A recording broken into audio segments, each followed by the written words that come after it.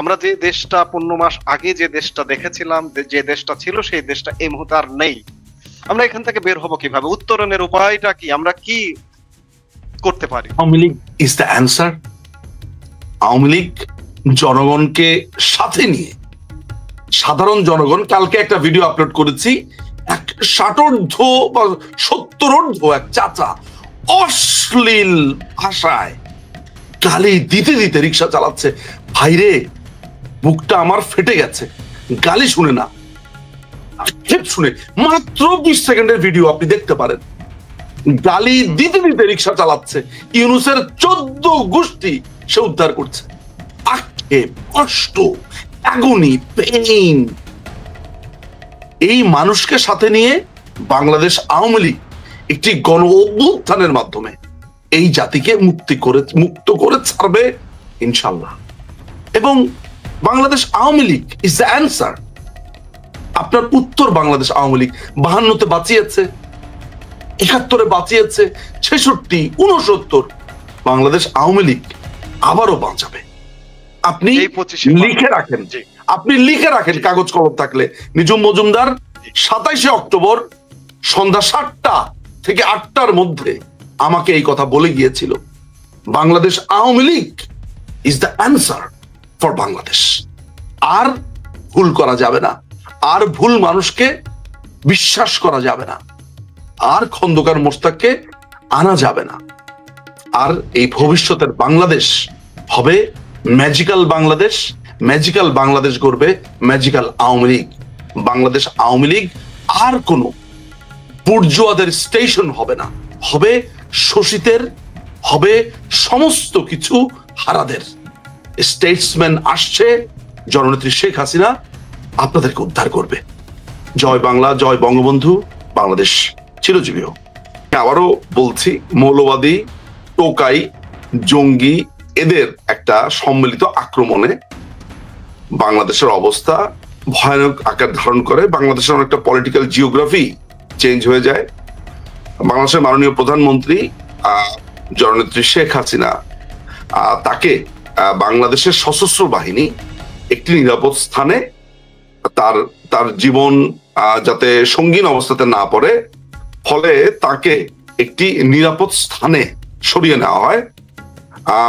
আজ অবধি সশস্ত্র বাহিনী সেটি থেকে উত্তরণ করতে পারেনি মাননীয় প্রধানমন্ত্রী শেখ হাসিনা, যদিও নিরাপদে এই মুহূর্তে আছেন। আচ্ছা, ওই ঘটনার প্রেক্ষিতে, অর্থাৎ গত বছরে যে এই মৌলবাদী জঙ্গিদের যে তাণ্ডব হয়েছিল, সেই ঘটনার প্রেক্ষিতে জাতিসংঘের একটি অফিস আছে। জাতিসংঘের অনেকগুলো অর্গান, অনেকগুলো ব্রাঞ্চ অফিস কাজ করবার ধারা, তার মধ্যে একটি হচ্ছে হিউম্যান রাইটস অফিস। এটিকে OHCHR বলে। আসলে এর কায়দার নাম আছে the United Nations office of the high commissioner of human rights, OHCHR।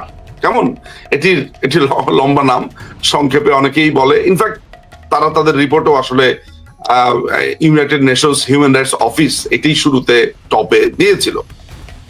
তারা করলো কি, ফেব্রুয়ারি 12, 2025, অর্থাৎ এই বছর একটি রিপোর্ট পাবলিশ করে। তাহলে ব্যাপারটা কি দাঁড়ায়? আপনার ঘটনা ঘটলো হচ্ছে জুলাই, অগস্ট।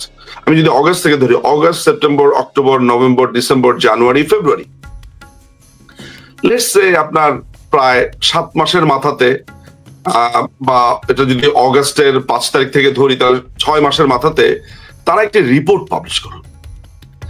এই রিপোর্টটা তারা পাবলিশ করেছে যে জুলাই এবং অগস্টে বাংলাদেশে কি হয়েছে, কারা এটির জন্য দায়ী, কেন হয়েছে, এটির একটি চুলচেরা বিশ্লেষণ করবে বলে একটা রিপোর্ট তারা, বা দাবি করেছে যে এরকম করেছে, এরকম বলে তারা একটা রিপোর্ট পাবলিশ করেছে।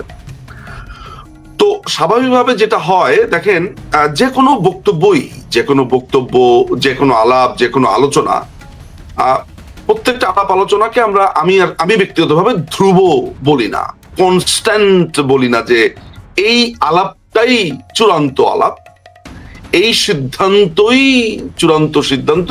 ব্যাপারটা অমন নয়। প্রত্যেকটা আলাপের পেছনে পাল্টা আলাপ আছে, পাল্টা বয়ান আছে, পাল্টা যুক্তি তর্ক, এরকম হতে পারে।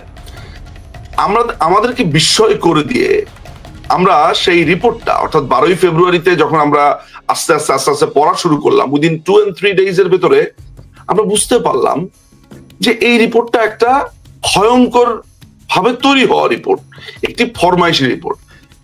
এখন এখানে অনেকগুলো প্রশ্ন আবার আসতে পারে, ওই প্রথম আমার বক্তব্যটার মতো যে নিঝুম ভাই এটাকে একটা পলিটিক্যাল রেটরিক, আপনি এদেরকে জঙ্গি টোকাই বলেছেন। এই সেকেন্ড আরেকটা প্রশ্ন আসতে পারে যে এই রিপোর্টটা খুব সম্ভবত আপনার ইন্টারেস্ট সার্ভ করছে না বলেই আপনি খারাপ বলছেন। এটিও একটি প্রশ্ন আসবে এবং এটা আসা উচিত, আমি তো মনে করি এই প্রশ্নগুলো আসা উচিত।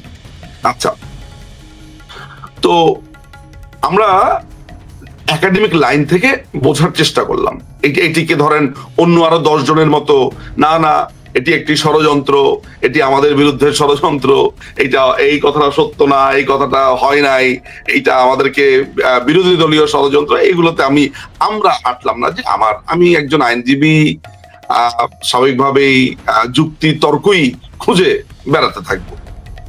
তো তখন যেটা করলাম সেটা হচ্ছে যে সিদ্ধান্ত নিলাম, আমি এককভাবে যে সিদ্ধান্ত আমার পর থেকে ভাবছি তা না, অনেকেই একইভাবে ভাবনাগুলো ভাবছে, তখন সিমিলটেনিয়াসলি অনেকেই ভাবছে।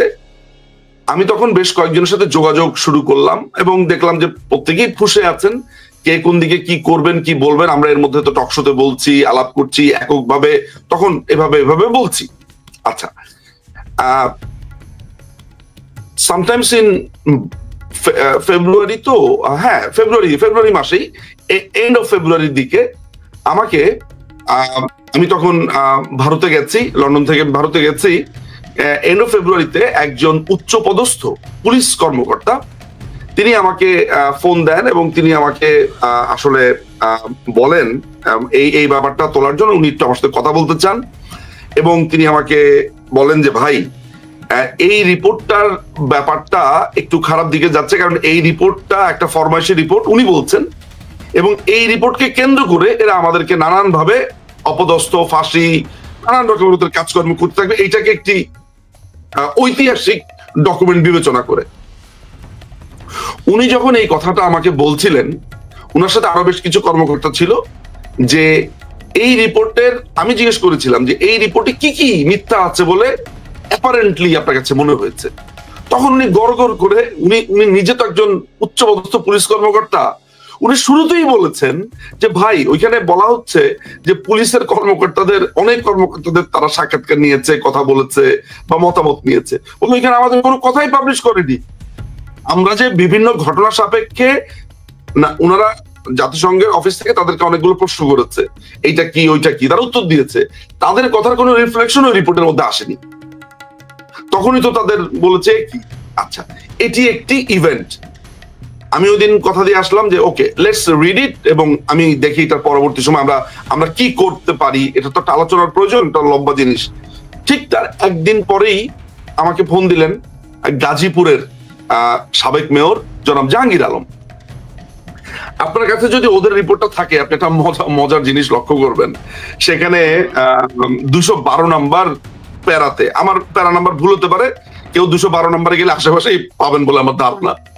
জাহাঙ্গীর আলম ভাই আমাকে ফোন করে বললেন যে নিঝুম ভাই, এই একটা রিপোর্ট পাবলিশ হয়েছে, আমি ভাই অত পুরো রিপোর্ট পড়ি নাই, কিন্তু আমার একটা রেফারেন্স তারা দিয়েছে আমার উপরে ঘটে যাওয়া ঘটনার, আমি শুধু সেটা নিয়ে আপনার সাথে কথা বলতে চাই। ভাই বলেন। ভাই ওরা বলছে আমি নাকি ওদেরকে, এই ছাত্রদের উপরে নাকি গুলি বর্ষণ করেছি, তাই ওরা আমার উপরে পাল্টা গুলি করেছে, তখন আমি আহত হই। বলে ভাই, আমি তো কোনো গুলি বর্ষণ করি নেই, আমি ঢাকা থেকে মাননীয় প্রধানমন্ত্রীর ফোন পেয়ে আমি আমার নেতা কর্মী নিয়ে হোন্ডা মোটরসাইকেল এগুলো নিয়ে আমি গাজীপুর থেকে ঢাকার দিকে রওনা দিয়েছি। উত্তরার দিকে দিয়ে যখন যাচ্ছিলাম, একদম উনি এইভাবে বলছে, উত্তরা দিয়ে যখন যাচ্ছিলাম তখন অনেক ছেলে পেলে এখানে, ওদেরকে গাড়ি দেখে আমি তখন করলাম কি, আমি সাবেক মেয়র আর আমার ওই এলাকার ছেলে পেলে, উত্তরার এই কোনার থেকে শুরু করে গাজীপুর, তারই তো এলাকা, সবাই চেনে। তিনি গাড়ি থেকে বের হওয়ার পরে বলে যে বাচ্চা ছেলেপেলেরা তার সাথে সেলফি তোলা শুরু করলো, জাহাঙ্গীর ভাই কেমন আছেন, এই সেই একটা উৎসব মুখের পরিবেশ। তো উনারা এই আইন করে আবার, উনি একটা মোটরসাইকেলে ছিলেন, উনি মোটরসাইকেলে বসবেন, হঠাৎ করে তাদের কয়েকশো ফিট দূর থেকে গুলির আওয়াজ পেলেন এবং একটা গুলিও গেল। উনার ভাষ্য অনুযায়ী যে গুলি গেছে, হঠাৎ করে মানে এসে উনার গায়ে যখন লাগলো উনি দেখলেন যে গায়ে রক্ত, উনি যখন হাত দিয়ে দেখলেন রক্ত, তখন যে যার মতো দিক আপনার শেল্টার পালানো শুরু করলো। এবং যেই সব ছেলেপেলেরা রাস্তায় তাদের সাথে সেলফি তুলছিল তারাও দৌড়ানো শুরু করলো, তারাও তো বুঝতে পারছে না গুলিটা করলো কে। ওই ঘটনা চলে যায় হচ্ছে মানে তার তো পরবর্তী সময় আপনি জানেন যে মাথার পুরো খুলিটা অনেকটা চেঞ্জ করতে হয়েছে গাজীপুরের মেয়র সাহেবের। সেখানে জুয়েল মোল্লা নামে একটি ছেলেকে উনার পিএস তাকে গাছের সাথে পশুর মতো ঝুলিয়ে হত্যা করা হয়। আপনারা নিশ্চয়ই সেই ছবি দেখেছেন। এটি 18 জুলাইয়ের ঘটনা, বুঝতে পারছেন? তো জাহাঙ্গীর ভাইয়ের এই ফোন কলটি আমার জন্য অনেক বড় একটা টার্নিং পয়েন্ট ছিল, একটা এনকারেজমেন্ট ছিল যে অল রাইট, তাহলে এই রিপোর্টে এগুলো করেছে। এখন আমি ভালো করে তখন যেটা করলাম, আমি এর আগেও রিপোর্টটা আমি পড়া শুরু করেছি, আমি অনেকগুলো লজিক্যাল পয়েন্ট পেয়েছি, যুক্তি তর্কের পয়েন্ট পেয়েছি, অনেকগুলো ডিসক্রিপেন্সিস পেয়েছি আমার আইনি চোখে যা দেখা যায়। কিন্তু এত ডিপলি ফ্যাক্ট অ্যানালাইসিস করে, অর্থাৎ ইচ এন্ড এভরি ফ্যাক্ট নিয়ে আমি তো এটা অ্যানালাইসিস করতে পারিনি। যেমন ধরেন মিরপুরে ইয়ামেন নামে একটা ছেলে আছে, আবু সাইদের মামলা আছে, অমুকের ঘটনা আছে, তমুকের ঘটনা আছে, এখানে fact fact fact fact fact, এগুলো প্রত্যেকটা ফ্যাক্ট আমি জানি না। তখনই সিদ্ধান্ত নিলাম সাজ্জাদ ভাই যে every single line, every single word, every single para, সবকিছু নিয়ে একটা পূর্ণাঙ্গ রিপোর্ট আমরা তৈরি করে বলব। এই আমরা কারা? প্রথমেই আপনাকে আরেকটা বলে নেই, আমরা এই ক্রান্তিকালীন সময়ে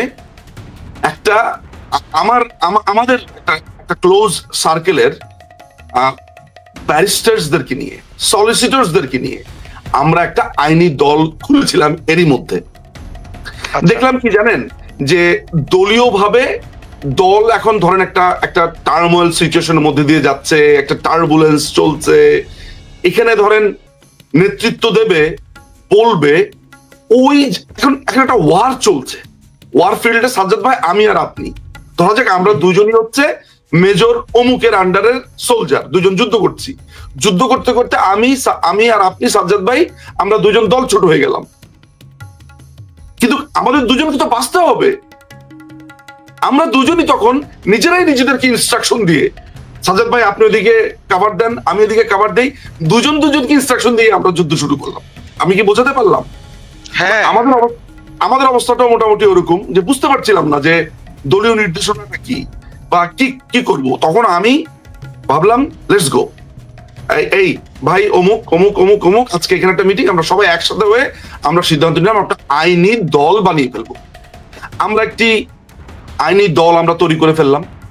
এই আইনি দলের কাছে আমি প্রথম পেশ করলাম যে আমাদের তো একটা পাল্টা রিপোর্ট বানাতে হবে। শুরু হয়ে গেল আমাদের কাজ। কাজটা শুরু হয়ে একটু স্থবির হলো। পরবর্তী সময় আমরা আবার শুরু করলাম। এবার একদম 6টা টিম বানালাম। আমরা কি টিম বানালাম?